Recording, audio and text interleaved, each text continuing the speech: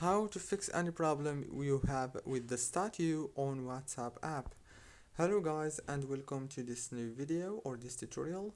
Today I'm gonna show you how to fix the statue problem easily and fast. So all what you have to do is go to the settings and then go to the wireless and networks and then go to the Wi-Fi and turn it off like this and then turn it on.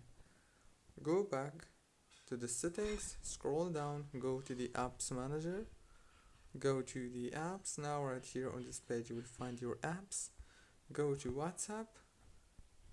Now what you have to do here is so simple. Just click on the notifications management.